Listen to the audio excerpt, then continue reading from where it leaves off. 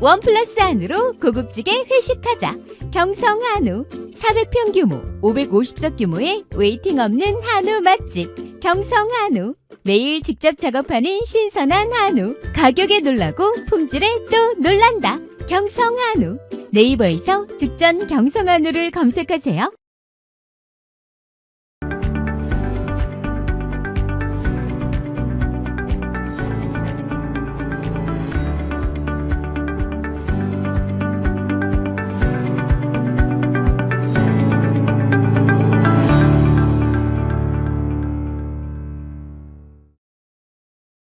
보험에도 점검이 필요합니다. 요즘 경기가 어려워서 보험료 내는 것도 부담스럽죠. 보험료는 줄이고 보장은 넓게. 건강보험도 자동차 보험도 나에게 맞춤 보장. 믿을 수 있는 보험 전문가들. 믿을 수 있다 더 착한 보험. 본 광고는 손해보험 광고 심의 기준을 준수하였으며 유효기간은 심의 결과 통보일로부터 1년입니다. 안녕하세요. 스픽스 추석 스페셜 마지막 회입니다. 오늘이 연휴 마지막 날인데요. 내일이면 다시 또 일상으로 돌아가야 됩니다. 마지막으로 대한민국 외교 안보에 대한 주제입니다. 그 추석 전에 윤석열 대통령 지지율을 보면요, 20%대 초반, 초중반으로 나오는데 왜 지지를 하느냐 물어보면은 참 신기하게도 외교 안보를 1위로 꼽는 분들이 꽤 많았습니다. 근데 그와는 달리 사실 전문가분들은 지금 대한민국의 외교 안보가 상당히 흔들리고 있다. 특히 아마도 지난 50여 년간 진보 보수 정권을 막론하고 상당히 이제 우리가 균형 외교를 해왔는데 지금 이제 그 기조가 흔들리고 있다. 무엇을 위해서? 그래서 그 부분에 대한 문제의식을 상당히 가지면서 외교 안보를 위태롭게 보고 있기 때문에 오늘 그 부분에 대해서 얘기하도록 하겠습니다. 오늘 아마 스픽스로서는 굉장히 모시기 어려운 게스트 최정권 교수님부터 소개하겠습니다. 네, 안녕하십니까. 최정권입니다. 지난 정부에서 문재인 정부에서 외교 차관 1차관. 역할을 1차관을 하셨죠. 그 다음에 김종대 위원님은 이 스픽스에 아주 단골 게스트시고요. 네, 안녕하세요. 그리고 박진영 시사평론가 같이 자리하셨습니다. 네. 오늘은 딱 세 가지 주제만 가지고 하겠습니다. 일단은 우리가 워낙 미국의 영향권에 있으면서 지금 이제 한미일 관계라든가 이런 부분이 굉장히 지금 심각한 상황에 있기 때문에 일단은 미 대선이 어떻게 되느냐 것이 하나. 그다음에 두 번째는 이른바 최근에 일어난 친일 노선의 외교와 내년에 혹시 독도가 넘어가지 않느냐 하는 문제. 그다음에 세 번째는 최근에 계엄령이라고 하는 상당히 우리의 경고음을 내는 이런 문제가 터졌습니다. 그래서 이 세 개를 가지고 얘기하도록 하겠습니다. 첫 번째, 미 대선에 관련돼서 일단 아주 단도직입적으로 여쭙겠습니다. 해리스가 이깁니까? 트럼프가 이깁니까? 최정권 차관님. 저는 줄곧 트럼프 전 대통령이 이길 것이라고 전망해오고 있고요. 네. 그것은 제가 트럼프의 귀환을 기원해서가 아니라 지금 상황을 보아하니 카밀라 해리스 부통령의 소위 부상이 언론 보도상에서 느껴지긴 하나 그 이유는 소위 미국 민주당의 집 나간 집토끼들이 좀 돌아오는 것 같아요. 네. 그 뜻은 뭐냐면 바이든 대통령에 대한 소위 그 건강 리스크에 실망한 민주당 지지자들이 돌아온 것 같고요. 그래서 따지고 보면 미국 유권자들은 이미 마음을 정했고 결국은 이제 소위 선벨트라고 하는 아리조나, 네바다 그리고 저기 플로리다까지의 얼마만큼의 승부가 나느냐와 한 가지, 그리고 두 번째는 미시간 그리고 일리노이, 오하이오 그리고 펜실베니아로 이어지는 러스트벨트 이건데요. 제가 항상 주목하고 싶은 것은 트럼프 대통령이 당선되었을 때 상대방 후보였던 힐러리 클린턴 민주당 후보에게는 전체 득표수는 287만 표 차로 졌어요. 네. 그러나 개표에서 이겼거든요. 그렇습니다. 그러니까 득표에서는 있습니다. 개표에서는 이겼는데 이 개표에서 이겼던 것이 지금 제가 방금 열거했던 그 주에서 승리를 한 겁니다. 그렇습니다. 바이든 대통령은 당선되었을 때 이러한 주에서 좀 이겼기 때문에 된 것인데, 근데 근본적으로 좀 미국의 가장 고질적인 문제가 두 가지입니다. 하나는 우리는 항상 외교안 뭐 북한 뭐 이런 걸 보지만 첫 번째는 거기 낙태, 여성에 대한 낙태 권리 이거거든요. 네. 근데 요 부분 하나고요. 두 번째는 이제 인플레이션 경제 문제인데 제가 봤을 때는 낙태 관련해서는 해리스 부통령이 가장 큰 강점을 가지고 있습니다만 여전히 경제 문제, 인플레이션 문제는 이 바이든 대통령이 여전히 악재여서 요 악재가 이 지금 러스트 벨트와 썬벨트에 가장 첨예하게 영향을 미치고 있는 것 같아요. 김종대 위원님은 그러면 할 수 없네요. 해리스 편을 들으셔야 될 것 같은데 예. 어떻게 보십니까? 예, 일단 제가 이제 관심 깊게 본 대목은 그 중국에 관한 부분에서 확연히 갈라지는 두 후보의 목소리. 예, 물론 중국을 견제하자는 데는 똑같습니다. 이건 오히려 선명성 경쟁을 한다 그래도 뭐 과언이 아닌데 트럼프가 중국에 이제 고관세 폭탄을 때리겠다. 무역 전쟁을 하겠다. 그렇겠습니다. 그런데 이렇게 되면은 그 물가 상승이 예상되거든요. 그 해리스는 그 올라간 관세만큼 미국 납세자들이 부담이 되고 이제 인플레 감당 못할 거다. 이렇게 해가지고 그 대립을 하는데 대신 해리스는 동맹국과 함께 중국을 고립하는 이 외교안보 쪽에 치중을 하는 거거든요. 그래서 트럼프는 경제로 중국을 좀 뭐 굴복시키고 이제 탈중국을 아예 공언하고 있습니다. 디커플링을. 이런 어떤 쪽에 치중을 한다면 해리스는 외교안보, 그다음에 동맹 정책을 통해서 중국을 고립하고 약화하는, 어쩌면 포위하는 이런 정책을 좀 선호하는 것 같습니다. 그래서 우리가 보기에는 둘 다 고민이에요. 둘 다 고민이에요. 이게 어떻게 하면 좋습니까? 글쎄, 그래가지고 무엇이 뭐 경제나 외교안보나 다 하드 파워거든요. 네. 그런 면에서 일단은 우리 경제가 지금 미중 양쪽의 불황. 그러니까 미국의 일자리하고 중국의 거의 일자리 파탄에 가까운 이거에 상당한 타격을 받고 있는데 저렇게 장벽을 세운다 그러면 지금 최 교수 말대로 트럼프가 더 유리하다면 더 걱정인데 이거는 우리 경제에 굉장히 암울한 상황이고 거기에다가 옛날부터 이제 뭐 우리가 거슬러 올라가면 2차 대전도 보호무역주의에서부터 일단 국가 간의 장벽이 쓰고 그것이 군사적 전쟁으로 비화된 거거든요. 그게 일본을 군국주의, 제국주의, 침략국가로 돌변시킨 거고 이렇게 봤을 때 이 동아시아에 미치는 영향이 심각하다. 그런 점에서 뭐 정치적인 공학으로 누가 당선될지는 저는 사실은 좀 신중해져야 된다고 보고 또 해리스가 이번 토론회에서 상당히 선전을 했기 때문에 나름대로 좀 여성과 청년표를 흡수해서 조금 더 올라갈 여지가 있지 않는가 기대는 합니다만은 이건 조심스러운 전망이고 그러나 이제 장차 우리한테 밀어닥칠 쓰나미가 심상치가 않다. 이런 점에서 매우 걱정하고 우려하는 상황입니다. 그러니까 김종대 의원님은 그래도 은근히 속으로는 해리스를 약간 응원하는 쪽에 서 계신 것 같으네요. 그러니까. 글쎄 이게 상당히 어려운 결정인데요. 이 역사는 상상이 좀 필요한 건데 외교안보 같은 경우 그러는데 트럼프의 급진주의도 걱정이 됩니다. 그러니까 특히 예측하기 어려운 거예요. 네. 어떻게 될지 모른다. 이것도 좀 걱정이 되고. 예, 우리 김 의원님 말씀 정확하시고요. 다만 이제 덧붙인다면 사실 우리는 미국 행정부의 정책을 많이 보는데 사실상 우리 김 의원님 계시지만 미국이 미국 의회를 유심히 볼 필요가 있어요. 네, 그렇습니다. 그러니까 지금 대중국 스탠스는 사실상 민주당이나 공화당이나 말을 좀 나이스하고 거칠게 하고 그 차이일 뿐이지 정책적 속성은 같거든요.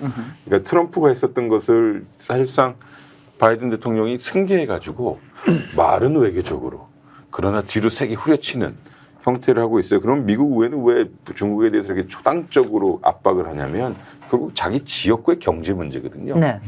이 지역구의 경제 문제란 기본적으로 미국이 자유무역을 추진하다가 세계화 정책을 추진하다가 그 지역에 기반으로 있었던 이런저런 생산시설이 한국이며 중국이며 동남아로 넘어갔다는 논리거든요. 그러니까 그것이 보호무역의 형태가 됐든 고관세 형태가 됐든 그것을 자기네 지역구라시 데리고 와야만 그 의회 의원들이나 아니면 그 민주당이 됐든 공화당 차원이 됐든 승리할 수 있는 여건이어서 이거는 저는 일종의 상수로 받아들여야 된다라고 생각을 해요. 다만 이 중요한 거는 지난번 그러니까 그 어저께 있었던 그 해리스하고 트럼프 두 후보의 이 발언 중 네. 저한테 확 꽂히는 게 하나 있더라고요. 뭐냐면 사회자가 약간 공격적으로 트럼프 대통령에게 이번 우크라이나 러시아 전쟁에 우크라이나가 이기길 바랍니까 안 합니까? 라는 직설적으로 질문을 하는데 트럼프는 뭐라고 그러냐면 난 이 전쟁이 끝나기를 바랍니다. 라고 얘기해요. 네. 그 뜻이 무엇이냐면 내가 당선되면 이 전쟁을 끝낼게라는 이야기이기도 하지만 그 말 자체는 미국의 유권자들이 듣고 싶은 말이더라고요. 네, 그렇습니다. 왜냐하면 미국이 지금 많은 양의 이 경제적, 군사적 지원을 우크라이나다 하고 있거든요.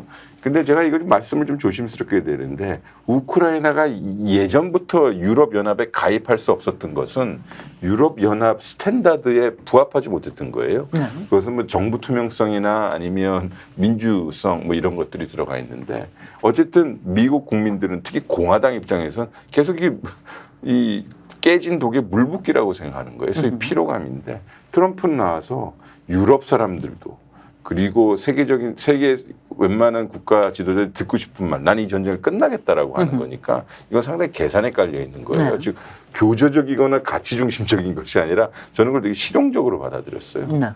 그러니까 좋은 것 같아요. 네. 네. 저는 이제 주위에 선거나 정당 전공하는 친구들의 아주 미세한 부분을 한번 이야기를 해보고 싶은데요. 이른바 이제 7개 주로 이야기하는 이 스윙보트 줄. 네. 거기에는 아까 말씀하신 이 러스트벨트도 포함되는데 실제로 이제 트럼프가 미국의 비주류지 않습니까? 그런 상황에서 이 트럼프가 당선됐던 현상 중에 하나가 이 러스트벨트의 과거에 이제 백인 노동자들이 전부 다 노동자에서 실직하면서 실직 상태가 되면서 이 공화당 지지자로 돌아선 거예요. 네. 근데 이제 우리 전통적으로 이제 노동자 정치학이라는 것이 노동자로서 조직화되면은 상대적 진보 정당을 찍어요. 그리고 실직된 지 6개월만 되면은 보수 정당을 찍어요. 여기 이제 재밌는 현상들인데 이게 역설적이게도 트럼프가 리쇼어링을 하고 그다음에 바이든도 리쇼어링을 하면서 실제로 다시 제조업체가 좀 부활하는 경향이 생겼습니다. 그리고 고용이 나아진다는 지표가 나오거든요. 그런 인해 가지고 다시 바이든이 당선되는 현상으로 옮겨갔단 말이에요. 근데 트럼프, 바이든 전부 다 아까 말씀하신 것처럼 동아시아에 분산됐던 제조업 일자리를 미국으로 다시 땡겨갔단 말이에요.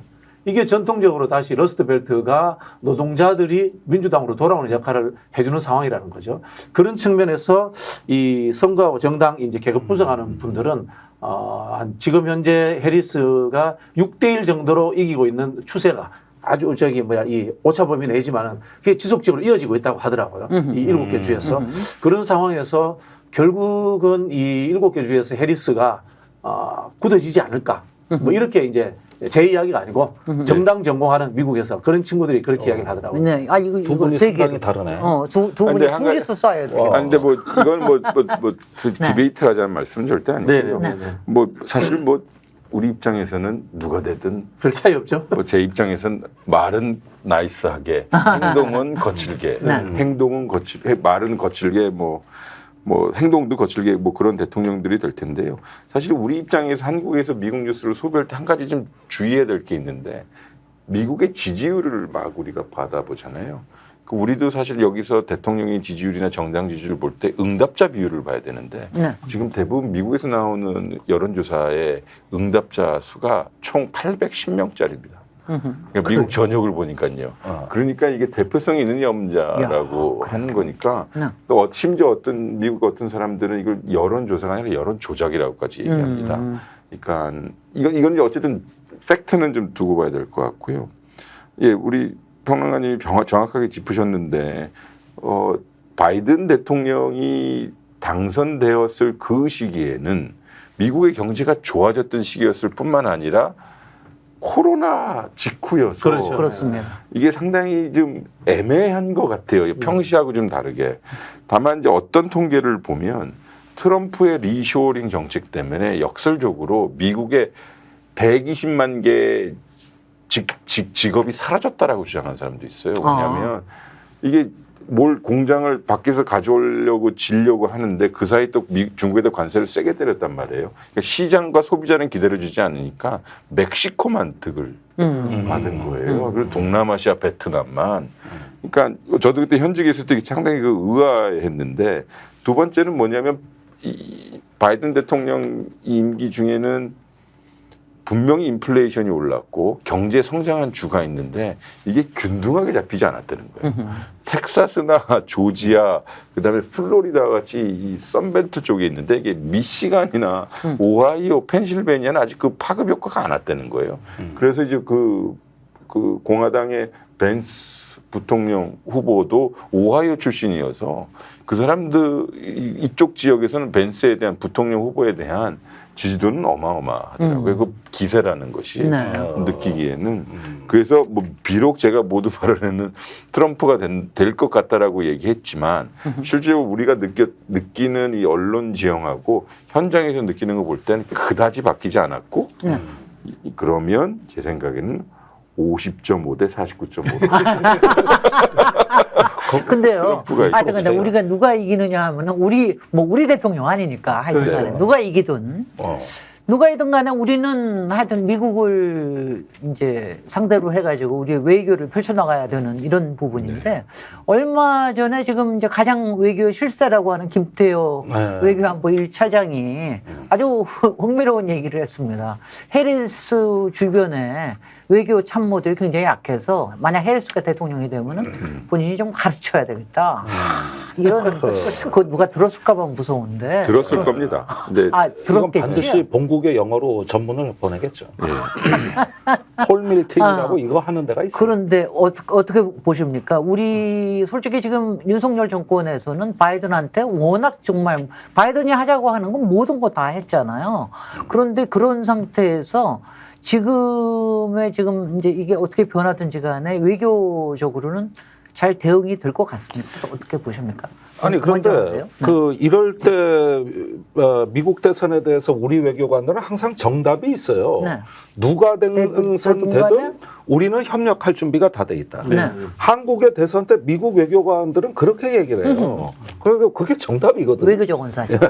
그러는데 해리스에 대해서는 그 밑에 참모들이 마치 뭐 어디서 그렇죠. 뭐 시정잡배도 아니고 거렁뱅이도 아니고 내가 아는 사람도 아니고 뭐 이렇게 얘기하고 트럼프가 당선되면 안보 우산이 약화될 것 같고 다 험담이거든요.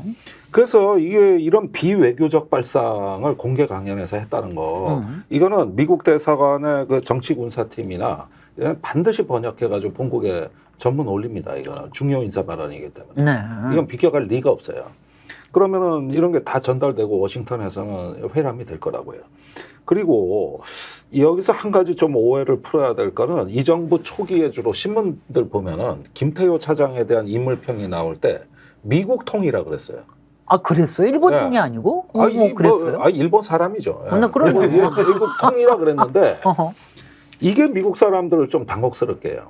미국 통이라고 할 때는 미국의 오피니언 리더들 급의 어떤 네트워크가 존재하고 그렇습니다. 미국의 의사 정책 결정을 하는 메커니즘과 그 문화를 이해하고 네. 접근 가능한 사람을 미국 통이라고 합니다. 네. 근데 이분은 코넬 대학에서 석사 받고 시카고 대학에서 박사를 받았는데 네. 그게 사실은 미국하고 연애 전부예요.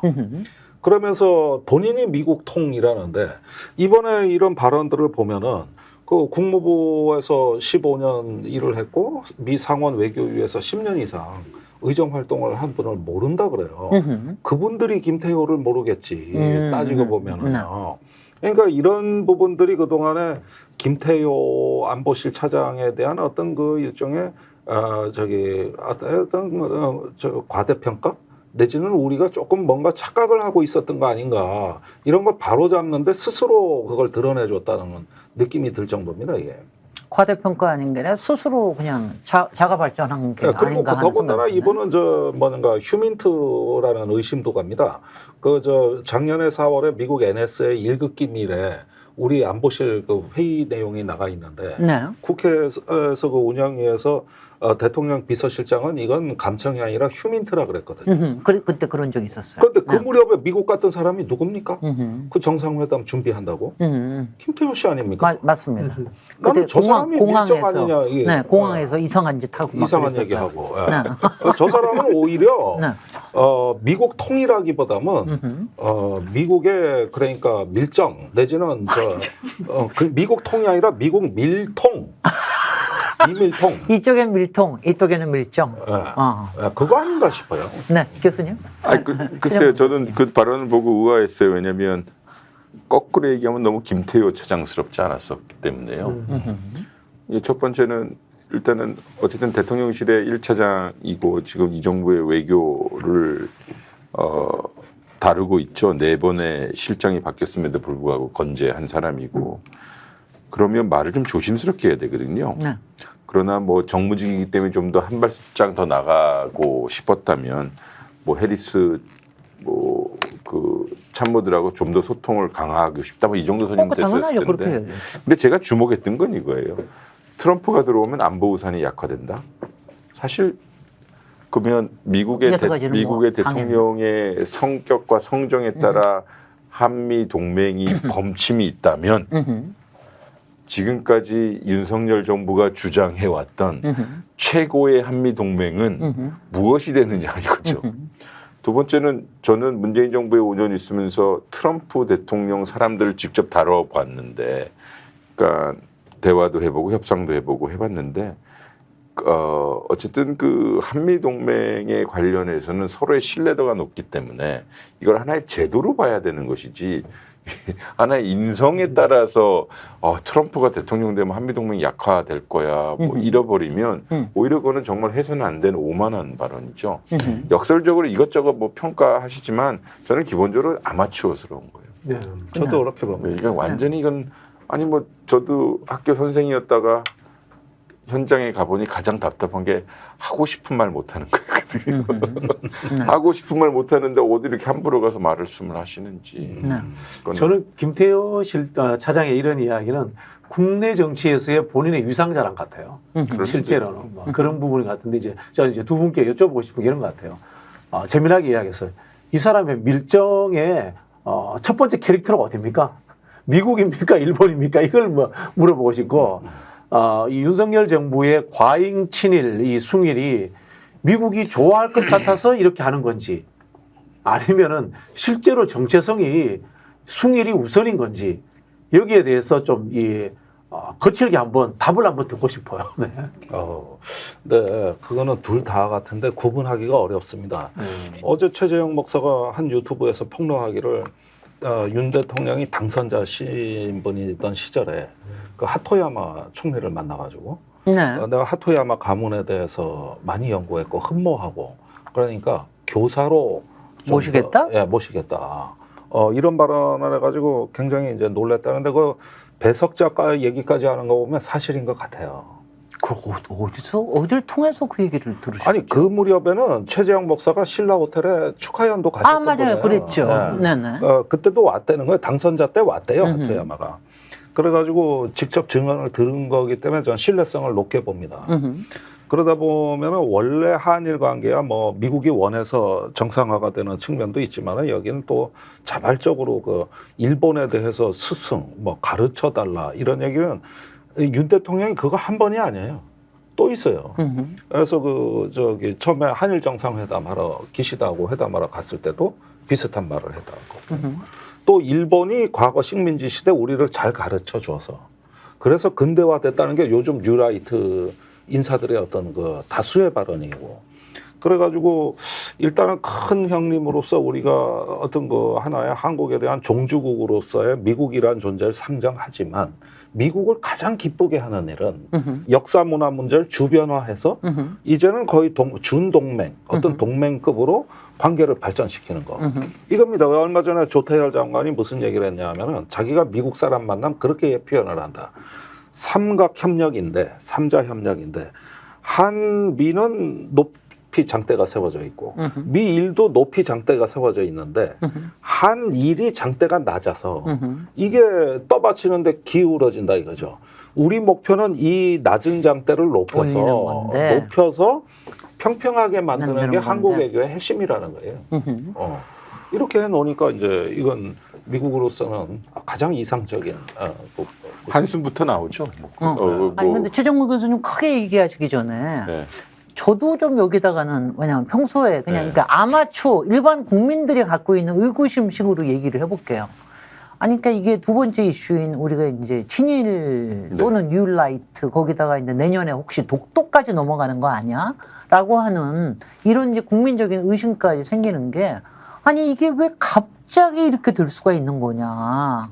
아무리 MB 때도 친일적인 요소가 있기는 했지만은 그때도 감히 독도 얘기 나오면은 바로 독도에 달려가고 절대로 그런 일은 있을 수 없다 이런 정도로 얘기를 하는 거였는데 아무리 여러 가지가 상황이 달라지고 박근혜 때도 이렇진 않았다. 근데 왜 윤석열 정권에 들어와서 이 모든 걸 양보를 하느냐? 방사선 후쿠시마 뜻법뿐만이 아니라 강제징용에 대한 부분도 그렇고 하나하나를 야금야금 다 내주는 게 이게 혹시 정말 거대한 플랜이 있어서 우리는 그냥 하나하나 이렇게 내주는 거로 하지만 거대한 플랜이 지금 진행되고 있는 게 아니냐. 이거는 정말 밀정도 아니고 밀통도 아니고 거대한 밀약이 있는 거 아니냐. 그거를 망국신이라 그래요. 한비자의 사기에 간신의 6단계 중에 최고 단계 6단계가 망국신. 100년에 한 번 나올까 말까. 글쎄요. 네. 아니 정말 그런 밀약이라고 하는 거대한 밀약이라고 하는 게 지금 정말 거대한 플랜이 지금 진행되고 있는 이 시대냐. 이거에 대한 국민적으로 아니 오면은 그런 얘기를 많이 아니 이거 한 2, 3년 만에 이럴 수가 있는 거야. 다들 그 얘기를 하거든요. 어떻습니까? 최정무 교수님. 제가 보기에는 이 사람들 진짜 신념에 있는 것 같아요. 다만 이 정부 들어와서 우리에겐 친일 요소로 인식되었던 뭐 후쿠시마 오염수 인용, 그다음에 3자 대의 변제, 그리고 최근에 있었던 사도강산 이런 것들은 결국 아까 여쭤보신 질문하고 연결되는 건데 저들이 누구를 위해 이렇게 종을 울리나 이거거든요. 맞아요. 그러니까 결국은 뭐냐면은 미국 하나 잘 봐. 저는 그 답은 미국에 있다고 봐요. 그럼 미국이 왜 그러느냐? 미국의 입장에서는 그것이 나중에 내년에 해리스가 됐든 트럼프가 됐든 간에요. 미국이 원하는 것은 소위 대중 견제이거든요. 대중 견제를 하기 위해서는 한미일 소위 준동맹 체제 혹은 그들이 원하는 동맹 체제가 돼야 되는데 지금 열관 문제들 있잖아요. 우리 건강권에 관련된 후쿠시마 문제, 그다음에 3자 대의 변제 문제는 역사 문제 아닙니다. 우리 헌법에 관련된 문제이기도 하고요. 그리고 사도강산 문제는 우리 외교력에 관한 문제이기도 합니다. 근데 이런 것들이 그들의 입장에서는 걸림돌이 되니까 치워야 되는 문제예요. 그러니까 워싱턴 하나 잘 봐 이렇게 국내적으로 두들겨 맞고 있어. 그리고 내가 필요한 것 좀 해줘. 여기서 내가 필요한 거는 그들이 요구하는 확장 억제 같은 거거든요. 그러니까 북한을 중국을 막을 수 있는 핵무기 자산도 좀 가져오고 뭐 이런 것들이에요. 그래서 제가 봤을 때는 궁극적인 그 종소리 오디언스는 미국인 것 같고요. 한 가지 좀 제가 우리 의원님이 말씀하시는 한미 관계, 미일 관계, 한일 관계에서 저는 한미일이 서로 만나서 이런저런 현안에 논의하는 그 플랫폼 자체는 제가 거부하면 안 된다고 보지만 중요한 것은 그러니까 우리 대한민국 국민의 입장에서 보면 미국하고 일본이 한국 없이 한반도 문제 논의하는 것 자체가 안 좋은 거거든요. 그러니까 우리가 가서 우리 할 얘기 해야 되는데 여기서 중요한 제가 경험한 에피소드는 뭐냐면 돌아가셨지만 아베 총리가 문재인 대통령 그다음에 트럼프 대통령이 있는 3자 정상회담에서 문재인 대통령이 자꾸 북한하고만 대화하려고 하고 한미일 협력 안 하려고 한다. 한미일이 좀 동해에서 훈련 좀 하자. 그게 중요하다. 그래서 북한에 대해서 강력한 제재 효과도 하고 그러니까 트럼프 대통령이 어떻게 생각하십니까? 문 대통령님 그랬거든요. 참고로 여기서 아베 총리는 꼭 우리 대통령이 있는데 도널드 트럼프 대통령을 트럼프 대통령이 안 부르지 않고 도나르도라고 그래요. 그러니까 퍼스트 네임을 햄버거 이름 같아. 그만큼 친하다고 이렇게 하는 거예요. 근데 당시 문재인 대통령이 뭐라고 그랬냐면 한미는 동맹이다. 음. 그러나 한일은 동맹 아니다. 네. 국민 정서가 됐든 역사성이 됐든 그거는 우리 국민이 용납 못할 것이다. 음. 그러나 한일 간에는 협력할 건 협력한다. 네. 그것이 나의 취지다 이거예요. 제 말씀은 아까 조태열 장관 말씀하셨는데 저는 그 인식 자체에 100% 동의하지 않아요. 왜 한일의 협력 구도가 한미 동맹만큼 같은 반열에 돼야 합니까? 그러니까 의원님 말씀하셨듯이 우리 국민들이 지금 아파하는 과거사 문제와 이런 건강권과 관련된 후쿠시마 오염수 방류 문제에 대해서 전혀 투명하게 협의하지 않았거든요. 사도광산 건도 그렇고요. 뒤돌아서면은 그러니까 험한 말로 하면 호박씨 까는 사람들인데 글쎄요. 거기에 대고 자꾸 지어주기만 하는 이 정부의 데일 스탠스는 결국은 미국을 위해 종을 울리고 있는 것 같아요. 그러면 그래서 김태호 차장이 가르쳐줘야 되겠다라고 얘기하는 것 같아요. 자기네들이 이만큼 희생하고 있다는 것을. 현실적인 질문을 제가 좀 추가로 드리면 이런 것 같아요. 한미일의 협력 관계가 어쩔 수 없이 필요하다는 것이 인정이 된다면은 이렇게 굴욕적이지 않은 상황에서 평등한 상황이었어요. 왜 그러면 한미일 협력은 불가능합니까? 지금 미국의 패권이 동북아에서 강해진다는 전제 때문에 그런가요? 제 생각에는요. 네. 뭐 짧지만 이런저런 일을 정부에서 특히 외교 미국 다뤄보고 일본 다뤄봤던 학자 출신의 사람으로서는 이건 좀 명확한 것 같아요. 우리가 주도하지 않으면 특히 한반도 문제에 대해서 우리가 원하는 방향으로 잘 안 가요. 물론 100% 우리가 원하는 방향으로 갈 수는 없으나 네. 미국과 일본이 우리 없이 얘기할 때는 진짜 그 사람들 말도 안 되는 얘기를 많이 할 수도 있는데 우리가 아니 여기서 전쟁 나면 안 되지 않습니까? 그리고 북한을 자극만 하면 안 되지 않습니까? 제재만 하면 안 되지 않습니까? 라는 이런저런 얘기를 해야만 미국과 일본이 우리 얘기를 듣는단 말이지. 즉 뭐냐면 우리의 협조 없이는 그것이 보수 정부가 됐든 진보 정부가 됐든 그들이 원하는 바를 안 되거든요. 네. 그러니까 우리가 소위 땡길 수 있을 정도의 실력과 아까 말씀하신 상상력과 그리고 약간의 자긍심과 자존심은 있어야 되는데, 그러니까 일본에 대해서만 이렇게 편애하다 보면 힘들어지죠. 이번에 그 기시다 총리가 나는 총리가 오는 것도 웃기거니와 왜 그날 왜 하필 롯데에 있는데 천공은 왜 나타났습니까? 뭐 이런 것들이 왜냐하면 이제 이게요 시중에 돌아다니는 음모설이라는 게 이게 사실은 다 독도와 관련된 음모로 다 갑니다. 여태까지는 독도에 관련돼서 일본의 음모는 되게 그냥 분정화 시켜가지고 국제 분정화 시켜가지고 국제사법 재판소로 가가지고 뭐 한다 이런 정도에 막으면 된다 이런 정도였는데 요새는 그거보다 상상력이 더 뛰어넘는 얘기들이 나오고 있는 거 아니냐. 그렇죠. 이게 독도를 뭐 동도 소도로 나눠서 한다라든가 마치 JSA처럼 공동 경비구역으로 만든다라든가 예. 공동 작전구역으로 만든다라든가 이런 게 이루어지고 이게 내년에 이루어질지도 모른다. 이런 정도까지 막 미략설이 막 가고 그러는데 이거는 어떻게 봐야 되나요? 제가 가장 충격적으로 본 사건은 엊그제 대정부 질문에서도 폭로가 됐지만은 네. 작년에 이어 올해 독도 인근 20km 지점까지 일본의 소해함이 접근했던 사건입니다. 그렇습니다. 그 이전에 2018년에는 그 위쪽 울릉도 독도 그 이북 방향 그 사이쯤인데 거기서 우리 구축함하고 일본 초계기가 대치한 사건이 있었습니다. 네. 이게 독도 북방 100km 지점입니다. 네. 근데 이번에 들어오는 거는 이제 독도 인근 20km까지인데 20km라는 거에 제가 주목하는 이유가 이게 국제법에 의하면은 영해가 12해리 아닙니까? 네. 그러면 대략 19km, 20km잖아요. 네. 그러면은 이거는 이제 그 우리가 설정한 독도 인근 영해까지 온 거예요. 네. 이걸 보여준 거거든요. 그러면은 대부분 이럴 때는 군사력으로 대응하게 돼 있습니다. 네.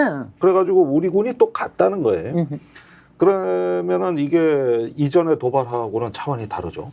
그리고 일본 교과서에 그 배타적 경제 수역 EEZ라고 하는데 200캐리 아닙니까? 거기에 네. 독도가 들어갑니다. 네. 이 지도를 작년부터 일본 교과서에 실었는데 올해 KBS 그 9시 뉴스에서 국내에선 그 지도 구하기도 힘든데 그게 메인 화면에 나갔어요. 북한 미사일 쏜 지도를 그리다가 일본의 EEZ만, 우리 EEZ는 빼고, 그래 이런 지도는 국내에 있지도 않아. 어떻게 구했을까? 이건 일본의 어디 뭐 온라인에서 가져왔나 싶을 정도예요. 그래서 뭐 사과하는 일까지 벌어졌는데 이걸 종합해서 말씀드리면은 일본이 이제 동해 더 넘어서 한반도를 자기네 이익선에 두고 있는 것 같다. 이익선의 한반도 또 동해에서의 해양 세력권 이런 부분을 자꾸 표출하는 거거든요.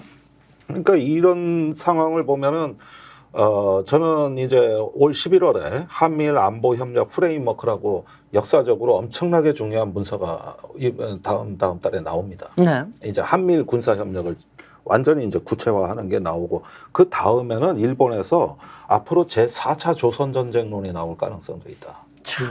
이게 무슨 얘기냐? 일본은 우리가 청일전쟁은 우리나라에서 남의 나라 군대끼리 싸운 걸로 알아요. 그러니까 청일전쟁이에요. 그 다음에 1905년에 러일전쟁은 러시아하고 일본으로 싸운 걸로 알고 있어요. 그런데 일본은 그렇게 보질 않아요. 청일전쟁은 제1조선전쟁이다. 조선의 청나라가 왔기 때문에 지키려고 간 거다. 제 러일 전쟁은 제2차 조선 전쟁이다. 그거는 한반도 우리 이익의 범위에 있는데 러시아가 왔다. 그래서 밀어낸 거다. 그게 2차 조선 전쟁이다. 한국 전쟁은 3차 조선 전쟁이다. 이렇게 보고 있는 거죠. 그러니까 이런 표현법 자체가 이 한반도를 자기네 이익선의 범위에 포함되고 그게 일본의 생존 공간이라고 봤기 때문에 이런 표현이 나오는 건데 이제 한미일 안보 협력이 되고 서로 간의 어떤 국가의 어떤 주권의 개념이 약화되고 또 이러면서 일본이 이제 EEZ를 주된 활동 범위로 설정하고 그러면서 우리 영해까지 이제 그 일본 순시선에 접근할 때 우리 대한민국 윤석열 정부는 어떤 결기가 없어요. 그렇게도 없어요. 아니 그리고 독도 수호 작전도 했는지 안 했는지도 몰라요. 모르고. 하나 공개도 안 그러니까 하고. 이런 때가 바로 역설적으로 국가의 헌법과 주권, 영토 수호 의지가 가장 우리가 확고해야 될 시점이 지금입니다. 네, 맞습니다. 예. 네. 근데 이게 지금 사라지게 되면은 이러면서 굴복하는 모습을 보여주게 되면은 일본은 더 이제 과거의 조선 전쟁을 얘기하던 상상력이 이게 부활을 해가지고 앞으로 뭐 우크라이나 전쟁, 뭐 중국이와 대만 해협 이런 거 보면서 판짜기에 들어가지 않겠냐. 최종원 이럴 때는 외교 차관님 지금 비겁하죠. 김종대. 네. 그러니까 뭐냐면 지금 하고 있는 일련의 소위 형국이다 비겁하죠.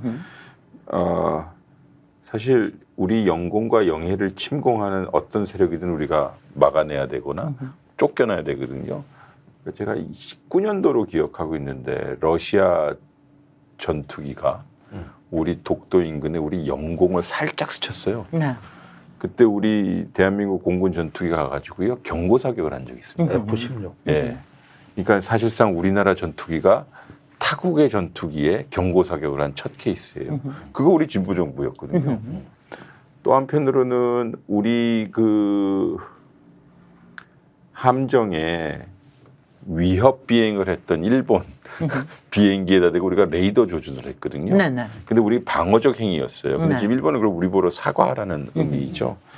근데 이것이 독도를 만약에 지금 말씀하신 대로 그런 전개가 벌어지면 그건 정말 탄핵감이죠. 왜냐하면 영토 수호를 못했으니까요.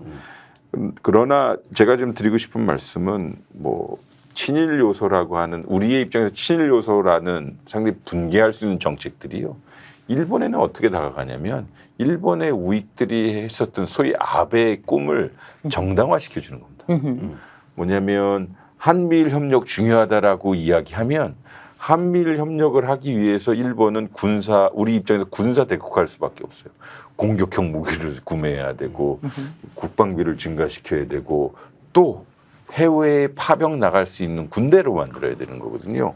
그러니까 우리 입장에서는 예전에 군사 대국화 우경화라고 아주 불편하게 했던 시각들을 한미일 협력이라는 이름으로 정당화시켜주는 거예요. 합리화시켜주는 거죠. 이런 것을 보면 그러니까 친일 반일의 문제가 아니라 제가 간곡히 늘 여기저기 다니면서 얘기하는 것이 정말 너희들이 무엇을 하고 있는지 알기나 하면서 해라라는 거예요. 정책이란 것이 이렇게 합쳐지고 전개되고 시간이 지날 지남에 따라 어떤 결과를 의도하든 의도지 않든 잉태하고 생산하게 될 텐데 후쿠시마부터 사도광산의 일련의 과정들은 일본의 우익을 정당화시켜주는 거고 개인적으로는 너무 약이 오르죠. 아, 그럼요. 아니, 네. 제 입장에서는 일본 차관하고 혹은 주한 일본 대사하고 이런저런 문제로 협상도 하고 초치도 하고 했던 사람인데 결국은 그 사람들이 앉아서 뭐라고 그랬어요. 그래, 니네들이 안만 그래봤자 지금 어차피 어차피 다 기어들어오고 우리가 맞았다, 니들이 틀렸다 이래버리니. 그 대목이 제일 약 오르는 대목이에요. 그렇죠. 그러니까 개인적으로요. 네. 그들의 얼굴 결국은 너희들이 틀렸고 우리가 맞았다라고 할 수 있으니까. 네. 근데 조금 아까 말씀하시는 건데 니네들 무슨 짓을 하고 있는지 알고나 하는 거냐 네. 이러고 얘기하시지만 실제로는 알고서 할 뿐만이 아니라 실제로 자진해서 그렇게 하고 있는 거 아니에요? 지금 얘기하시는 거 보면. 그렇다면 정말 일본을 모르는 사람이에요. 제가 봤을 때. 그러니까 우리 김대중 대통령님과 오부치 1998년도에 맞았던 김대중 오부치 선언에 있었던 일본하고요. 26년이 지난 오늘날의 일본은 정말 다른 나라 같아요. 그런데 제가 조금만 여쭤보면은 지금 저는요. 솔직히는 윤석열 대통령이라고 하는 지금 제일 프론트 라인에 계신 분하고 소위 김태호라고 하는 지금 저기 미일 외교를 다 담당하고 있는 최실세라는 사람의 생각과 꿈이 달라 보이는데 어떠세요? 한 사람은 그냥 뭐 앞제비인 것 같지 않아요? 그냥 시키는 대로 하는 것 같처럼 보이는데 모르고 하시는 것 같은데 실제로 이거를 짜고 있는 사람은 이미 다 알고서 내주고 있는 거 아닌가 이런 생각까지 드는데. 정확한 정보는 없으나 네. 거꾸로 팩트 몇 가지만 보면은 우리가 소위 가설을 추려해 볼 수가 있지 않겠어요? 네네. 첫 번째 안보실장인 고려대학교 교수인 김성환, 네네. 두 번째 안보실장인 조태용, 네. 그 다음에 세 번째 안보실장 장호진. 이 세 사람들의 공통점은 그래도 외교 문법을 지키려고 했어요. 아하. 특히 장호진 안보실장 때 특이했던 것은요. 러시아 푸틴 대통령이 세 번째인가 네 번째 대통령이 돼서 취임식을 했었을 때 우리나라만 유일하게 취임식에 참석했어요. 왜냐하면 장호진 안보실장이 러시아 대사를 했었기 때문에 한러 관계의 중요성을 그나마 인식했었거든요. 약간 달라질 수가 있었어요. 두 번째는 또 우리나라가 팔레스타인 문제에 대해서 지지를 해줬거든요. 네. 얼마 전에 유엔에서. 이것도 약간 달라진 거예요. 그러다가 결국은 이게 일본 문제, 미국 문제 나오니까 자꾸 갈림당하는 거죠. 바뀌는 거죠. 그렇다면 저는 뭐 대통령과 차장은 조금 일심동체 아닌가라는 생각이 들어요. 네. 결국엔요. 그럼 결국은 차장이 실장보다 아래인데도 차장이 실제 결정권자다. 이렇게 저희가 이제 인식이 되네요. 그게 그럴 수 있죠. 이게 이제 김태효 차장 경우 보면은 이명박 정부 때도 뭐 실세 비서관으로 이미 그랬다 그랬죠. 예, 그때 MB하고 항상 독대를 하지 않았습니까? 그리고 지금 그 김태효 차장은 NSC 사무차장을 겸임하고 있습니다. 네. 네네네. 이게 실권의 비밀입니다. 그러니까 조직과 정보와 실무를 장악한 거거든요. 이 NSC를 기본 플랫폼으로 우리가 외교안보 정책을 결정하는 거거든요. 네. 근데 그 실무를 다 갖고 있는 것이죠. 그러면 이 이야기는 대통령한테 일일 정보 올라가는 그 정보의 게이트키퍼 역할을 하는 거예요. 그래서 어떤 정보가 위로 올라가고 어떤 정보가 뒤로 빠지는가 이런 부분에 대한 개입이 가능한 거거든요. 그래서 그 일단은 이런 어떤 그 실무를 장악하다 보면 직급과 관련 없이 실질적으로 일단은 눈과 귀를 장악하는 문고리 역할도 할 수 있는 거고 영향력은 오히려 커지는 거죠. 반면에 지금 안보실장은 뭐 저기 왔다가 뭐 레이디 가가 블랙핑크 공연 안 했다고 쫓겨나고. 글쎄 말이죠. 그 사람이 조태용이었나? 그래. 김성환입니다. 김성환. 예. 그 밑에 외교비서관도 날라가고. 다 쫓겨났어요. 그때 몰살입니다. 외교라인들. 지금 요번에 신원식이는 가면 어떻게 됩니까? 저도 뭐 이제 연말 지나가면 벌써 개털 소리 나올 겁니다. 이제. 아이고 어떻게 이걸 저 돌파합니까? 그런데 그 신원식 장관이 안보실장으로 발표됐을 때 좀 대통령실의 그 안보실 행정관들이 수심이 깊어졌다는 얘기는 하더라고. 둘 다 성격이 강한데 어떻게 우리 뭐가 깨지는 소리가 나겠구만 이제. 뭐 별일 거. 없겠냐. 이런 얘기들로 긴장을 제일 많이 했다 그래요. 그런 거 보면 이제 뭐 김태호 밑에서 위에서 길어야 9개월이거든요. 그러면 신원식 장관 같은 경우는 또 외교를 모르고 어떻게 돌파하겠어요? 그래도 지금 가령 미 대선의 결과가 어떻게 되느냐에 따라서 사실 이런 부분의 구성이나 이런 것들도 조금 달라질 수는 있겠네요. 글쎄요. 그렇게 보세요? 예, 여기서 구성은 안 미국 달라질 대선에는 달라질 것 같지는 않고요. 다만 이제 주요 어떤 현안을 관리하더라도 대통령은 생각이 바뀌질 않았기 때문에 그 대선보다는 아마도 신원식 실장에 대한 이제 유통기한 유통기한이 끝나냐 안 끝나냐 이걸 위주로 보지 않을까. 또 충한고 안 치겠죠. 예. 그 아까 저희가 김태효 차장의 미국 대선에 대한 이야기를 했지 않습니까? 이게 네. 보면은 우리 국내에서는 미국이든 뭐 외교 안보 파트너 내가 넘버원이야. 이게 선언한다 뭐 저는 그런 느낌을 받았는데요. 아까 이제 우리 의원님 이런 이야기 했잖아요. 실무적으로 꿰고 있다라는 이야기를 했는데 사실 근데 이제 김태호 차장이 하는 내용들의 뭐 이론의 정합성의 문제라 이런 것들을 진보 진영뿐만이 아니라 보수적인 사람들 또는 뭐 그게 아니라 외교 안보 정책하는 사람들 내에서도 많은 비판하지 않습니까? 네. 그런데도 불구하고 이 사람이 윤석열 대통령을 거의 틀어잡고 있는 그 재주는 뭘까요? 뭐 이런 부분인 것 같아요. 그 재주라는 것이 이론적이고 논리적이고 일 잘하고 이런 것과 뭐 다른 것이 뭐가 있지 않느냐라는 의심들. 뭐 예를 들자면은 이분 역시 뭐 신의 세계와의 뭐 접속력이 있다라든가 아니면 V1? 뭐 있지 않습니까? V0? 그런 것들이 자꾸 의심되거든요, 사실은 이게. 네. 그런데 이제 그 반대자들, 경쟁자들을 침묵시키고 이렇게 독주를 하는 이런 간신들의 경우에는 원래 그 굉장히 탁월한 능력이 어떤 보스의 환심을 산다는 거. 아크로비스타에서 뭐 아래 위층이라는 것도 그냥 얘기가 아니라 끊임없이 어떤 접근하고 설득하고 장악하는 이런 능력은 인정을 해줘야 될 것 같아요. 그건 과거에 MB 때도 그대로 먹혀들었거든요. 오죽하면 임태희 노동부 장관이 싱가포르에서 김양건 통전부장을 만나가지고 대통령 특사로 가서 비밀 회담을 하고 있는 그 순간에 MB한테 쫓아가가지고 아니 그 북한군 망할 건데 왜 정상회담 하십니까? 이래가지고 판을 깬 당사자예요. 그리고 나서 임태희 그 저기 노동부 장관이 불안하니까 MB한테 거짓으로 저기 중상모략을 했죠. 저 쌀 빌어준다고 문서로 북한에 써줬습니다. 그러니까 MB가 놀래가지고 귀국하자마자 잘라버린 거거든요. 너는 빠져라. 그리고 본인이 이제 저기 북한을 통전부를 만나가지고 판을 다 깼습니다. 그러고 나서 이제 서해에서 뭔 일이 터진다는 정보복은 계속 올라왔고 모욕감을 줬으니까요. 그러고 나서 천안함 연평도 일어난 겁니다. 그러니까 여기에서 그때 MB 정부는 그 위기 관리의 실패로 거의 정부가 마비되다시피 했었고 그리고 선거에서도 졌어요. 그 지방선거에서. 그런데 그때도 역시 MB에 대한 영향력이 위기의 순간에 또 빛을 발하죠.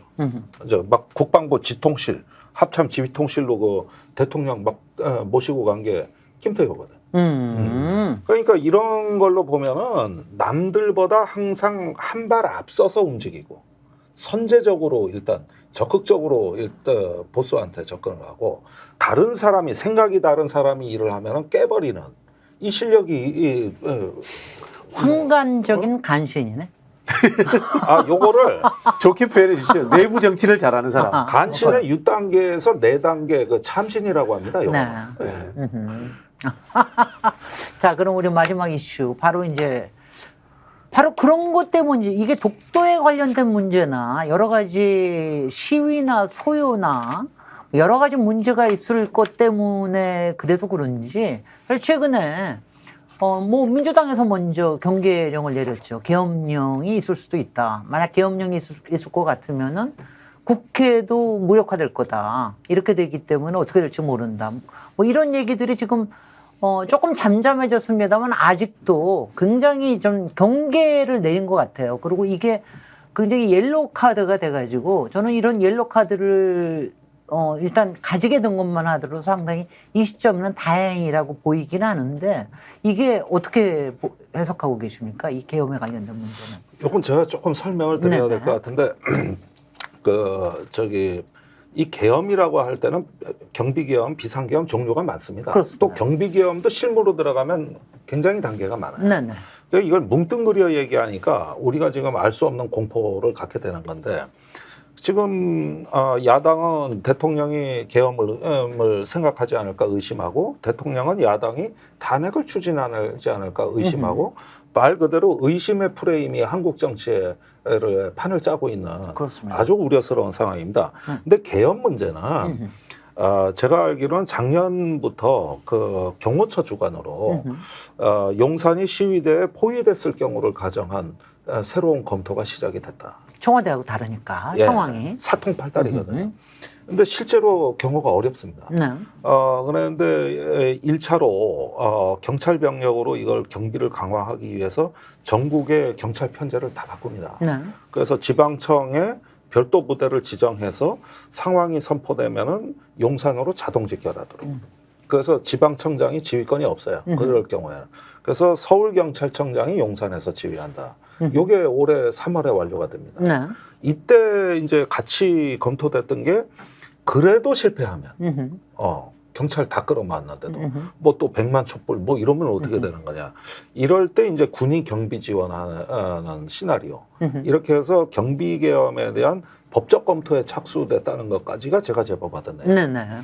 그러면은 이제 보통 우리가 계엄이라고 할 때 경비 계엄에서 비상 계엄으로 갔다는 그 역사적 네. 사실이 있으니까 이런 부분들이 더 극단적인 상황을 가정한 거 아니냐. 이게 그 뒤에 이제 겁이 나는 거고. 거죠. 그 다음에 이런 일이 있을 바로 그 무렵에 올해 3월이라고 아까 제가 말씀드렸잖아요. 행안부 장관이 방첩사를 갑니다. 네. 둘 다 저 사령관하고 충안고입니다. 네. 그리고 그때 중령 대령들 충안고 장교들이 와서 밥도 같이 먹어요. 그 다음에 특수전을 하는 저 특전사, 수방사, 그 다음에 방첩사. 방첩사. 요 세 개의 사령관은 군의 최고 요직이고 주로 이 경호 사태와 관련된 유관기관이거든요. 근데 한남동에 있는 경호처장 공간에 가서 같이 밥을 먹었다. 근데 이런 사실을 신원식 장관은 몰라요. 네. 국회 와서 뭐 나중에 얘기 듣고 격려성 회의였다 그러는데 세상에 격려성 회의란 것도 있습니까? 그리고 그중에 방첩사령관이 충안고예요. 그래서 아니 뭐 충안고가 뭐 계엄 특목고입니까? 아니 왜 이런 사태에서만 보입니까? 그런데 이런 게 저는 가장 충격적인 건 뭐냐 하면은 요즘은 이런 민감한 그래서 몇 차례 만나고 회동했고 언제 갖고 하는 정보가 지금 군에 아주 민감한 최고 기밀이거든요. 네. 이게 지금 다 새고 있다는 거예요. 야당으로. 음흠. 이건 굉장히 심각하게 봐요. 저번에 블랙 요원 명단이 다 센 거 야당에 제보된 거 아닙니까? 네, 네. 그러니까 수사 중일 때 먼저 폭로가 된 거예요. 이유가 야. 왜 그렇습니까? 그러니까 이거는 군심이 네.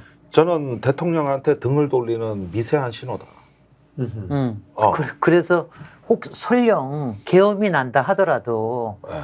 솔직히 되치게 당할지도 모른다. 네. 총구가 국민을 향하는 게 아니라 대통령한테도 향할지도 모른다. 되치게 당할지도 모른다. 뭐 그런 4.19때 얘기까지. 보면 군이 그렇죠. 계엄군이 중립을 지켰죠. 글쎄 말이죠. 그런 일도 있는 겁니다. 또 부마 사태 때 해병대 7여단이 북한에 진압군으로 갔는데 진압을 안 했어요. 그렇습니다. 그들에서 차지철이 화가 나가지고 100만 명이 죽여도 된다고 한 게 그때 그 상황에.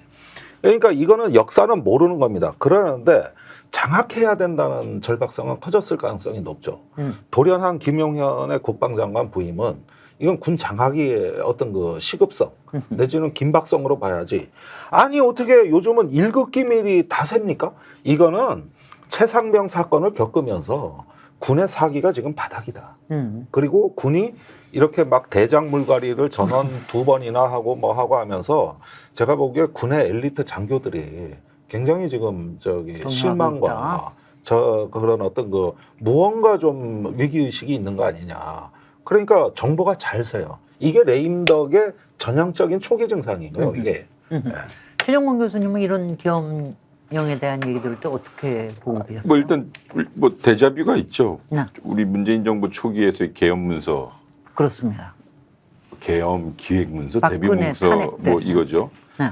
근데 어쨌든 계엄을 계획하고 있는 사람들이 있다면 그것은 매우 극소수의 사람들이 할 거 아닙니까? 또 어차피 특성상. 두 번째는 이행하거나 실행한 경우에는 매우 전격적으로 할 텐데 저는 여전히 솔직히 말씀드리면 반신반의예요. 그러니까 일종의 당연히 안 하겠지라는 것과 워낙 지금 민심이 흉흉하니까 한편으로는 좀 오죽했으면 우리가 계엄까지 걱정해야 할 정도로 현 정부에 대한 좋지 않은 이 민심이 이렇게 이렇게 터져 있을까라는 생각이 들고요. 또 한편으로는 좀 창피하죠. 그럼요. 뭐가 창피하냐면 이 정부 들어서 외교안보 하는 사람 입장에서는 두 가지 면이 가장 창피하더라고요. 뭐 북한과 관계 안 좋은 거, 중국과 뭐 관계 아니고 이런 건 논외로 하더라도 첫 번째는 뭐냐면 야, 니들 개엄하니? 외국 사람들이 저도 그 물어볼 얘기 때 들었어요. 외국 사람들이 창피해 죽겠더라고요. 그러니까 저도 외국 사람 야. 말하면 니들 개엄이 우리 사이가 미국 사이거든요. 네. 당장 물어보더라고요. 네. 정말? 이건 되게 왜냐면 보세요. 우리나라의 언론 자유지수가 떨어졌죠. 언론 자유지수가 떨어졌다는 것은 외부의 시각에서 보면 대한민국의 자유지수가 떨어졌다는 것을 의미하고 실질적으로 뭐냐면 우리나라의 대한민국발 좋은 기사들은 안 나가요. 그래서 최근에 그거 못 보셨잖아요. 그렇다면 우리나라의 민주주의는 매우 하락하고 있다라고 언론과 외국에 보는 거예요. 두 번째 창피했던 것은 뭐 지금 우리가 이 계엄령 얘기하고 있지만 야 너희들 핵무기 만드니?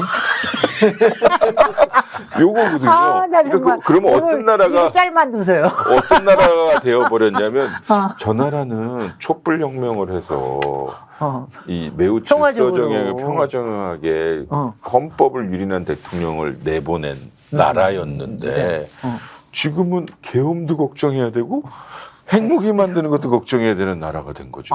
정말. 그러니까 제3자 외국 사람들의 입장에서 보면요. 우리는 좀 이렇게 건건이 이렇게 분절해서 보고 있습니다만 그러면서 한국발 좋은 기사는 안 나가요. 맞아요. 뭐.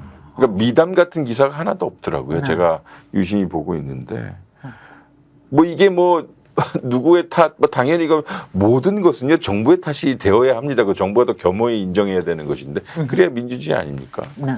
제가 그 계엄 이야기하신 정치인들한테 여쭤봤어요. 실제로 현직 군인들한테 그런 이야기가 있었나 봐요. 근거가 출처는 분명히 있는 것 같아요. 이제 밝힐 수는 없겠죠, 그죠? 예, 인사 문제가 있으니까 그럴 것 같은데 그러다 보니까 아마 사전 봉쇄적 측면에서 이야기한 측면도 있다. 뭐 이런 느낌도 봤는데 이제 제가 좀 여쭤보고 싶은 건 이런 부분이에요. 사실 뭐 이 법률적인 부분에서 우리 한국 사회의 계엄이라는 것이 미국과는 전혀 관련이 없지만 예를 들자면 이제 의원님 말씀하신 비상계엄 같은 경우는 사실 미국과 관련성이 있지 않습니까, 그죠? 남북 관계 문제라면. 근데 뭐 이 경비계엄은 또 다를 수 있는데 이게 또 한편으로 보면은 시장에 미치는 영향, 경제에 미치는 영향, 이 글로벌 경제에서 이런 영향들하고 판단해 봤을 때 이 정부가 맹목적인 친미 뭐 이런 것들을 추앙하고 있는 상황인데 미국이 여기에 대해서 뭐 어떤 입장이 있지 않을까요? 만약에 그런 이야기들이 들린다면, 뭐 물론 뭐 내정 간섭이라는 이야기로서 미국이 실질적인 발언을 할 수는 없겠지만은 예전에 그런 일이 있었죠. 예, 그런데 이 부분은요, 제가 보기엔 그렇습니다. 이게 상당히 사실은 조심스럽게 해야 되는, 난 민주당이 좀 많이 나갔다고 봐요. 조금 많이 사실은. 나가. 그리고 표현을 정확히 해줘야 되는데, 그냥 계엄 뭐 이러니까, 막 방송 진행자들은 저한테 국민들 휴대폰도 다 마비시키는 거 아닙니까? 뭐 어쩌입니까? 그런데 그런 사태는 대한민국 국민이 난민이 된다는 뜻이에요. 다 마비된다는 건. 그 정도는 아닌 것 같아요. 그리고 아무리 정권에서 뭘 한다 하더라도 일단은 극단적 상황에 대해서 어떤 일각에서 검토를 해도 실행되느냐 하는 문제는 이건 다른 문제입니다. 박근혜 대통령 때도 그 개헌 검토를 했다 그러지만 그때 당시에도 검토했다는 게 충격적이지 대한민국이라는 나라가 이런 거 쉽게 할 수 있는 나라는 아니다. 그래가지고 그동안에 이제 축적된 민주주의 역량에다가 저는 국군을 믿습니다. 함부로 그렇게 비합법적인 일에 쉽게 동원되지는 않을 것이다. 더 거슬러 올라가면은 우리나라가 1987년에도 친위 구테타 시도는 있었습니다. 극단적 검토를 하는 세력은 있었어요. 근데 그때 육군본부가 반대했다고. 87년에 특히 영관급 중견 장교들을 중심으로 해서 우리가 1980년에 그 비극을 겪고 또 군이 나가면 이제 회생되기 어렵습니다. 하면서 정리됐던 게 그것도 군에서 갖고 있는 집단 지성이 우리가 87년에 민주화를 이룬 또 다른 숨은 원인이었다는 거. 이런 면에서 우리 국가의 수준을 저는 믿고 음흠. 이런 것들은 쉽게 되는 건 아니다. 음흠. 그러나 또 여기도 간신들이 네. 뭔가 극단적 상황을 자꾸 대비하는 말이죠. 이런 검토, 아니 법리 검토 뭐 이런 것들은 네. 좀 개연성은 그건 있다고 봐요. 네.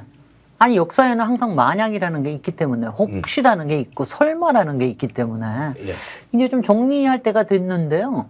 아니 사실은 그동안 윤석열 정권에 대해서는 혹시 전쟁? 이 얘기도 많았잖아요. 그런데 그때는 다들 야 우리가 전작권이 없어서 얼마나 다행이냐. 미국이 막아줄 거야. 우크라이나 때문에 안 되고 이스라엘 때문에 안 돼. 이러고 했는데 이제 계엄. 근데 미국이 지금 막 이제 이게 정부가 바뀌고 있을 때니까 굉장히 조금 불안할 때라서 더군다나 이게 혹시나 해가지고 이제 다들 걱정을 하고 있는 건데 이제 마무리 발언 삼아서 그러면 이제 미국도 하여튼 뭐 체인지가 될지 아니면 그대로 그냥 바이든 해리스로 갈지 어떨지는 모르지만 여하튼 다시 한번 외교에 대해서 뭔가 자기네들도 다시 한번 조율을 할 거 아니겠습니까? 이럴 때 윤석열 정권이 미국에 대해서 또 일본에 대해서 또 특히 북방 외교에 대해서 우리나라의 균형 외교에 대해서 이 부분에 통한 경제 외교에 대해서 어떤 좀 작전을 다시 한번 조율을 해야 될지 이 부분에 대해서 좀 솔직히는 얘기해도 들을 것 같지는 않거든요. 그거 굉장히 막 요새 조금 화나시죠 스스로. 그런데 예. 그래도 얘기해 주세요. 예. 무슨 일이 벌어질지 모르니까. 한 가지 에피소드가 갑자기 생각이 나는데요. 네네. 그때 12.12 사태 때 그 도망갔던 국방장관 노재현이 제가 외교차관일 때 네. 용산 미군기지 반환에 대해서 하도 미군이 천천히 하니까 일종의 압박 압력을 행사하기 위해서 미군기지를 한번 간 적이 있어요. 네. 외교차관이 처음 간 건데 근데 거기 대령이 저를 데려다면서 이렇게 투어를 시키 여기는 뭐고인데 여기에 벙커가 하나 있더라고요. 네, 네. 노재현 장관이 숨었던 데다. 12.12 때 숨었던 데라고 하면서 싹 웃는데 되게 기분 나쁘더라고요. 정말 우리 그렇게 하려고 했네. 그거 되게 기분 나쁘더라고요. 너도 여차제하면 와 저는 이런 우리 얘기지. 김정대 의원님 우리나라 국군에 대한 신뢰성 저 100% 저도 뭐 당연히 경험해봤고 100% 동의하는데요. 그러니까 자꾸 이 계엄이 나오는 것은 그건 그거대로 보아야 하되 결국은 아까도 말씀드렸지만 이건 하나의 증상으로 나타날 수도 있다. 뭐냐면 정말 이 정부 들어서 극단의 시대로 넘어가려고 하는 거다. 일본에 대해서 극단적 외교를 하거나 북한에 대해서 극단적 군사적 방안만 생각하거나 아니면 중국에 대해서는 극단적으로 소통을 거의 단절하거나 아니면 극단적으로 미국만 바라보는 편시 외교를 하는 건데요. 제 뭐 우리 이 방송을 보시는 분들께 꼭 말씀드리고 싶은 것은 외교가 무너지면 전쟁을 하는 거죠. 그렇습니다. 두 번째는 이 정부는 그전 문재인 정부까지 진보와 보수가 지키려고 했던 대한민국 외교의 전통을 허물고 있다는 거죠. 뭐냐면 중국과 협력하는 것, 러시아와 협력하는 것은 우리 주변 강대국 지리적 운명임에도 불구하고 지금 이렇게 안 해버리는 거거든요. 노태우 정부 때부터 러시아와 잘해왔던 이유의 근본적인 전략적 이유는 북한하고 가깝게 지내지 말라고 해서 우리가 러시아랑 같이 지낸 건데 지금 이건 뭐 소위 안 된 거죠. 그러니까 외교의 본류를 좀 돌아가서 우리의 실용력 외교를 하고 협력 외교를 해야 되는데 지금 너무 편식 외교를 하고요. 또 하나는 요건 우리가 오늘 얘기 안 한 건데 정상 외교예요. 정상 외교는 전 되게 중요하다고 봐요. 저는 우리나라 정도 규모의 국가라면 대한민국 대통령은 한 달 반 이상 정도는 밖에 돌아다니면서 우리나라의 미래 먹거리를 구하러 다녀야 된다고 생각해요. 그러니까 단순히 대통령 내외가 해외 왜 많이 나가라고 이제 예환될 정도로 정상 외교에 대해서 우리가 신뢰성이 떨어졌다라는 말씀을 드리고 싶어요. 뭐 프랑스에서 소폭, 어디에서 쇼핑 뭐 이런 얘기가 나올 정도니까요. 그래서 결국은 앞으로 국민들이 오히려 외교에 더 관심을 가지고 대한민국 외교가 소위 전통을 회복할 수 있을 그 시간이 좀 돌아왔으면 좋겠어요. 교수님 추가 질문이 있습니다. 네. 윤석열 대통령 부부가 한 달 반 외유에도 우리나라 돌아가는 데는 별 문제 없죠, 국내는? 뭐 그렇지 않겠어요. 잘해보자고 나간다는 거. 뭐 아프리카를 한 바퀴 쭉 돈다든지 저쪽 남미를 그 나라는 뭐 괜찮겠습니까만. 김병대 의원님. 예, 어쨌든 극단의 시대로 가고 있는 건 맞는 것 같습니다. 그런데 윤석열 대통령 요인을 제외하더라도 미중 관계가 점차 그 진양화되고 이제 어떤 그 조금 외교보다는 갈등의 시대로 가는 거는 맞거든요. 그래서 이런 태행은 분명히 존재하는 객관적인 현실인데 대한민국이 회색지대에서 여태까지 주변 관계를 통해 가지고 많은 이익을 얻어왔어요. 근데 이제 그 시절이 끝나가고 있다는 거거든요. 그래서 지금은 어떤 그 이런 극단의 시대 대한민국이 완충구역으로서의 균형을 잡는 역할에서 자칫 일탈해가지고 이게 어떤 그 한쪽으로 편중이 됐을 때 그렇게 되면은 다들 정치인들이 극단을 선동하고 있는데 대한민국이 희생자가 될 가능성이 제일 높다.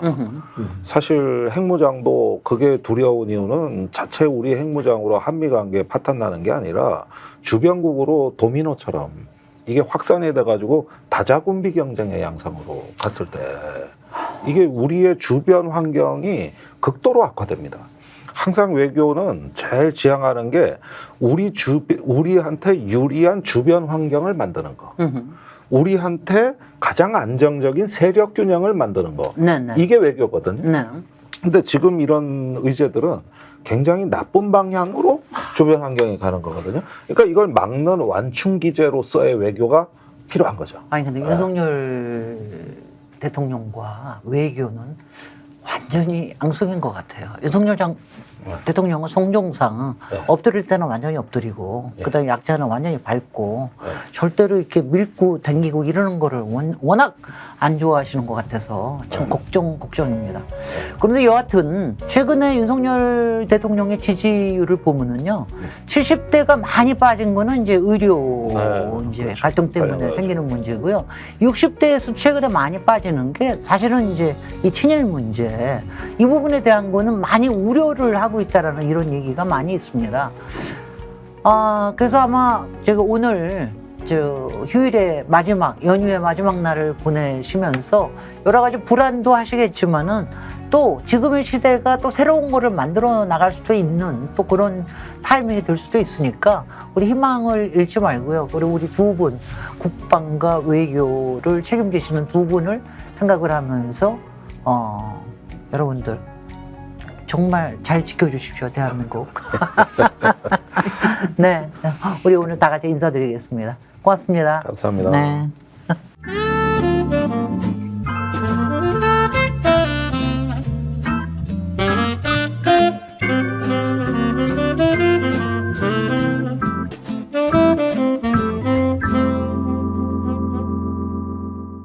원 플러스 안으로 고급지게 회식하자. 경성한우 400평 규모 550석 규모의 웨이팅 없는 한우 맛집 경성한우. 매일 직접 작업하는 신선한 한우. 가격에 놀라고 품질에 또 놀란다. 경성한우. 네이버에서 직전 경성한우를 검색하세요.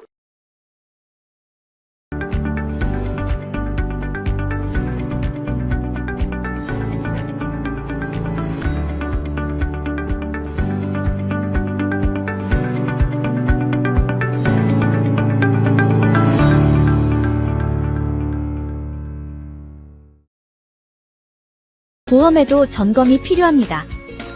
요즘 경기가 어려워서 보험료 내는 것도 부담스럽죠. 보험료는 줄이고 보장은 넓게. 건강보험도 자동차 보험도 나에게 맞춤 보장. 믿을 수 있는 보험 전문가들. 믿을 수 있다 더 착한 보험. 본 광고는 손해보험 광고 심의 기준을 준수하였으며 유효기간은 심의 결과 통보일로부터 1년입니다. 스픽스는 말하는 언론입니다. 대세는 유튜브, 그중에서 스픽스. 좋아요, 댓글, 구독, 알림 설정. 여러분이 저희를 사랑해 주시고 우리가 여러분을 사랑하는 4가지 방법입니다.